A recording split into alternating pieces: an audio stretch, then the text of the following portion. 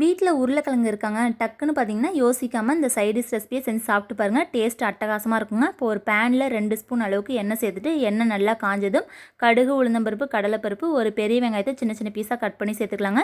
2 கொத்தளவு கருவேப்பிலை, ஒரு அரை தக்காளி பழம் சின்ன சின்ன பீஸாக கட் பண்ணி சேர்த்துட்டு 2 வரமிளகாய் வந்து சேர்த்துக்கலாங்க. தேவையான அளவுக்கு தூளுப்பு சேர்த்துட்டு உருளைக்கிழங்குல இருக்க தோல் எல்லாத்தையும் கட் பண்ணிவிட்டு இதுமாதிரி சின்ன சின்ன பீஸாக கட் பண்ணி சேர்த்துக்கலாங்க. ஒரு 1/4 ஸ்பூன் அளவுக்கு மஞ்சத்தூள், 1 ஸ்பூன் அளவுக்கு குழம்பு மிளகாய் தூள் வந்து சேர்த்துக்கலாங்க. ஒரு 6லேருந்து 7 பல்லு பூண்டு வந்து சேர்த்துக்கலாங்க.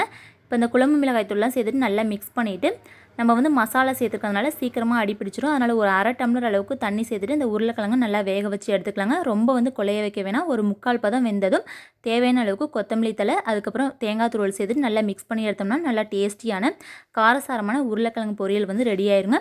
இந்த பொரியல் பார்த்திங்கன்னா ரசம் சாதம், தயிர் சாதம், அதுக்கப்புறம் லெமன் சாதம் எல்லாத்துக்குமே அட்டகாசமாக இருக்கும். இந்த உருளைக்கிழங்கு பொரியல் டக்குன்னு ஒரு 10 நிமிஷத்தில் ரெடி பண்ணிடலாங்க.